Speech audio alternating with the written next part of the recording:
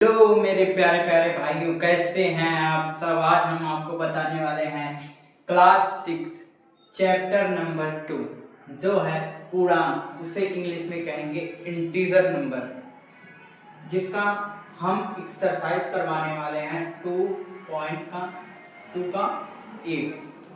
इससे क्वेश्चन हमने ऑलरेडी लिख कर लेकर आया है ताकि समय न लगे और वीडियो लॉन्ग न बन जाए, तो इसलिए हम आपको क्वेश्चन लिख दिए हैं। हम आपको बता रहे हैं कैसे कैसे लगेगा। देखिए, ये कहा है कि ये दे दिया हमको और एक चीज गायब कर दिया, यानी हमको इसका मान निकालना है कि क्या आएगा। यहाँ पर ऑप्शंस दिए हैं, इसमें भी वही काम करना है। चलो आइए हम आगे करते हैं। अंत तक जरूर बनेगा, इस चैप्टर का पूरा कॉन्सेप्ट आपका क्लियर हो जाएगा। आगे की जो चीजें ना समझ में आएंगी कमेंट में कर दीजिएगा, हम आपका उसको रिप्लाई देंगे जरूर।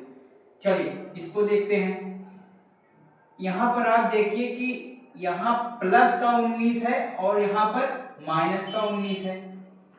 प्लस का 19 और माइनस का 19।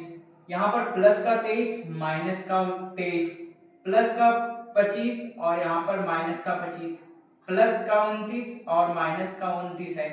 तो यहाँ पे जैसे ऊपर है वैसे रिलेशन नीचे भी बनाना है आपको। प्लस का 7 माइनस का 7, प्लस का 11 माइनस का 11, प्लस का 13 माइनस का 13 होना चाहिए। अगर हम यहाँ पर माइनस का 13 रख दें और यहाँ पर प्लस का 17, यहाँ पर माइनस का 17, देखिए माइनस का 13 हमारे ऑप्शन में है या नहीं है। यहाँ पर हम देखते हैं कि सेकंड वाला ऑप्शन हमारा है माइनस का 13, तो ये हमारा करेक्ट ऑप्शन होगा। नेक्स्ट सवाल देखते हैं। माइनस का 7, जब हम इसको रिलेशन बनाते हैं माइनस का 7 प्लस के 7 से, प्लस का 25 माइनस के 25 से, माइनस का 13 प्लस के 13 से और प्लस का 21 माइनस के 21 से, तो यहां पर भी आप बना सकते हैं कि प्लस का 5 माइनस के 5 से और माइनस का 8 प्लस के 8 से, प्लस का 11 माइनस के 11 से। तो माइनस का 11 किससे होगा? प्लस के 14 से। प्लस माइनस का 14 प्लस के 14 से होगा। यहाँ पर देख लीजिए किस ऑप्शन में प्लस का 14 है। थर्ड वाला ऑप्शन हमको दिखाई दे रहा है कि 14 है, तो यहाँ पर थर्ड वाला ऑप्शन होगा हमारा करेक्ट। नीचे दिया गया है निम्नलिखित को पूर्णांक के रूप में लिखना है, और ये भी कह दिया है कि पूरब दिशा में जब आप जाएंगे, ये जगह नहीं था इसलिए नहीं लिखे, पूरब दिशा में आप जब जाएंगे तो धनात्मक लिया जाएगा और समुद्र की जो ऊंचाई है उसको भी क्या किया जाएगा? प्लस ही लिया जाएगा। समुद्र की ऊंचाई, समुद्र वाला क्वेश्चन छूट गया है, चलिए यही वाला देख लीजिए।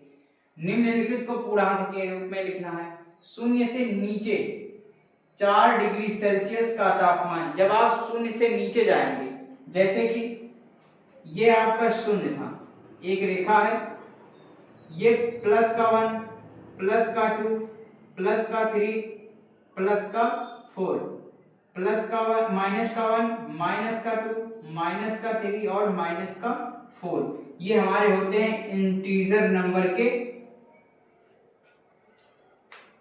जो इस पर निर्धारित किए जाते, इसको कहेंगे संख्या रेखा।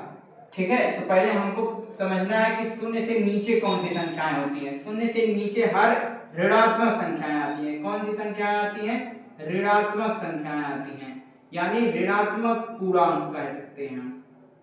और जीरो के आप दाहिने तरफ चल जाएंगे तो क्या हो जाएगा? धनात्मक पूर्णांक आएगा, धनात्मक पूर्णांक।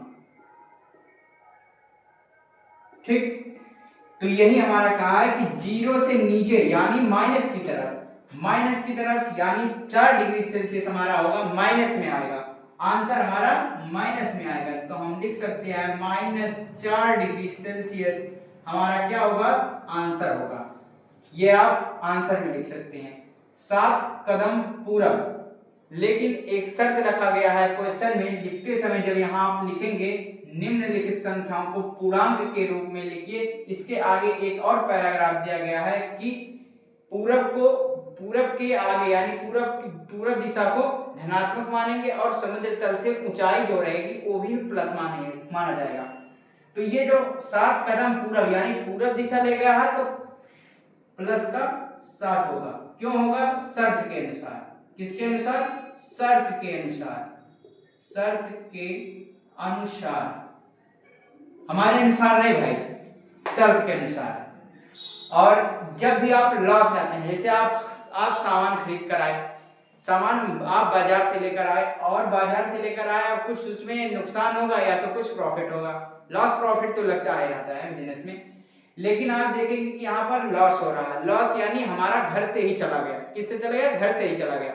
अब घर से चला जाएगा तो हमारा घाटा होगा, यानी उसे कहेंगे हानि, यानी और हम निगेटिव में चले गए यानी माइनस में चले गए हम। देखिए जो माइनस 3.28 रुपया है ये हमारा किस में गया है? निगेटिव में, यानी माइनस 3.28 रुपया हमारा घाटा जो हुआ है वो हमारा निगेटिव में हुआ है, यानी ऋणात्मक, यानी घाटा हो गया है। ये रहा।